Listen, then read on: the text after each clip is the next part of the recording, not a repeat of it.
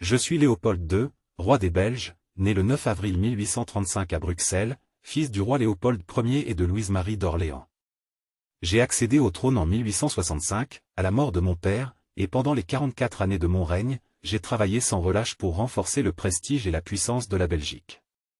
Mon nom est indissociable des grandes transformations de mon pays, mais également de l'aventure africaine qui, bien que controversée, a marqué l'histoire. Quand j'ai pris les rênes de la Belgique, le pays était jeune, fragile, et en quête de son identité. Je voyais plus grand pour ce petit royaume. La Belgique devait se moderniser, prospérer et jouer un rôle important sur la scène internationale. Dès le début de mon règne, j'ai mis l'accent sur le développement des infrastructures. J'ai investi dans les chemins de fer, les ports, et l'urbanisation de Bruxelles, notamment avec des projets tels que le parc du Cinquantenaire, qui devait symboliser la grandeur de la Belgique. Cependant, mon ambition dépassait les frontières européennes.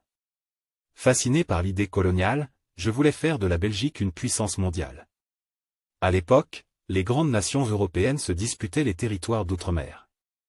Mais la Belgique, elle, restait en marge de cette course.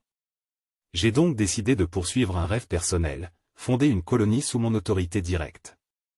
En 1876, j'ai convoqué une conférence géographique à Bruxelles pour promouvoir les explorations en Afrique. En vérité, cette initiative servait mon objectif, établir ma souveraineté sur une partie du continent africain. Grâce à l'explorateur Henry Morton Stanley, j'ai réussi à prendre le contrôle d'un immense territoire au cœur de l'Afrique centrale, qui allait devenir l'État indépendant du Congo en 1885.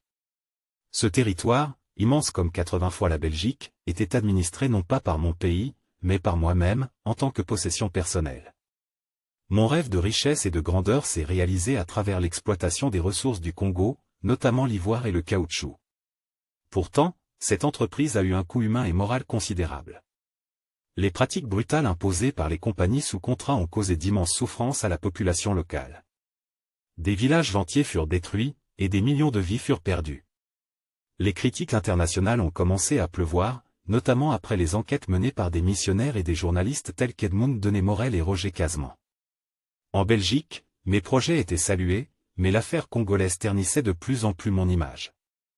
En 1908, sous la pression internationale et nationale, j'ai été contraint de céder l'État indépendant du Congo à la Belgique, mettant fin à mon contrôle personnel sur cette colonie. Malgré ces controverses, mon règne a transformé la Belgique. L'industrie et le commerce se sont développés de manière fulgurante, plaçant le pays parmi les nations les plus prospères d'Europe. J'ai aussi laissé un héritage architectural considérable, avec des projets monumentaux comme l'agrandissement de Bruxelles, le palais de justice et les arcades du Cinquantenaire. Je voulais que mon pays reflète la grandeur et l'élégance d'une nation moderne. Je suis mort le 17 décembre 1909, sans héritier mâle direct pour me succéder. Mon neveu Albert Ier est monté sur le trône après moi. Mon règne est resté une énigme dans l'histoire, certains me considèrent comme un bâtisseur visionnaire, d'autres me reprochent mon rôle dans les atrocités commises au Congo. Mais en fin de compte, je me vois comme un homme de mon temps, animé par une ambition démesurée et un désir de laisser une trace indélébile. J'ai façonné la Belgique et marqué l'histoire, parfois à un prix trop élevé.